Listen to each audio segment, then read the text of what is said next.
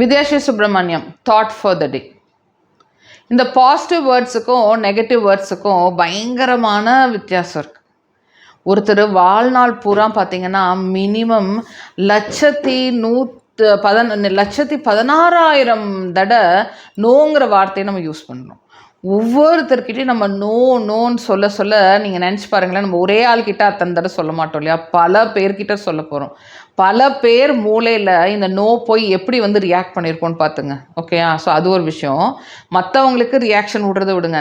நம்மளே நோன்னு சொல்லி 1,16,000 டைம்ஸ் நம்ம நோன்னு சொல்ல நம்ம மூளை அது எதுக்கு ரெஸ்பாண்ட் பண்ண பாருங்கள். எஸ்ஸுக்கு ரெஸ்பாண்ட் பண்ணுமா, நோக்கு ரெஸ்பாண்ட் பண்ணுமா?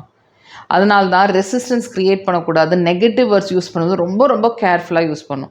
இந்த நெகட்டிவ் வேர்ட்ஸ் பல பேரோட வாழ்க்கையை புரட்டி போட்டுருது.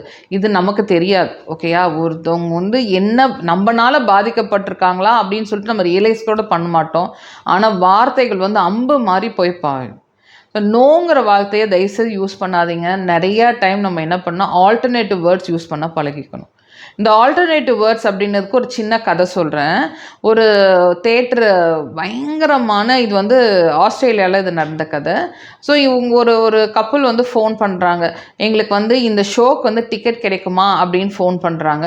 இவங்க ஃபஸ்ட்டு ஒரு ரிசப்ஷனிஸ்ட் ஃபோன் எடுத்துகிட்டு, ஐயோ நாங்கள் ஃபுல்லாக புக் ஆகிருக்கோங்க, இந்த வாரம் ஃபுல்லாமே புக்கு, வெள்ளிக்கிழமை தான் டிக்கெட் இருக்குது, உங்களுக்கு வேணுமான்னு கேட்டோடனே இவங்க இல்லை வெள்ளிக்கிழமையா வேண்டாம் அப்படின்னு சொல்லிடுறாங்க. ஏன்னா இவங்க எடுத்தோடனே நோ சொல்லிடுறாங்களே, இல்லைங்க டிக்கெட் இல்லை, வெள்ளிக்கிழமை தான் டிக்கெட் இருக்கணுன்னே ஓகே அப்படின்னு வச்சிடுறாங்க. அப்புறம் திருப்பி இன்னொரு தடவை அவங்க ட்ரை பண்ணுறாங்க. ட்ரை பண்ணும்போது இப்போ எடுத்த ரிசப்ஷனிஸ்ட் வேறு. அவங்க எடுத்தோடனே நாங்கள் திங்கக்கிழமை அன்னைக்கு 2 டிக்கெட் பார்க்குறோம், கிடைக்குமா அப்படின்னு திருப்பி இன்னொரு தடவை ஃபோன் பண்ணோடனே அந்த ஃபோன் எடுத்தவர் என்ன சொன்னாரா, வாவ் நீங்கள் சரியான லக்கிங்க, you are a very lucky couple. நாங்கள் ஃப்ரைடே அன்னைக்கு 4th ரோவில் 3 o'clock ஷோக்கு உங்களுக்கு டிக்கெட் இருக்குது, நீங்கள் ரொம்ப லக்கி, நான் புக் பண்ணவான்னு கேட்டோடனே இவங்க ஓகேன்னு சொல்லிடுறாங்க.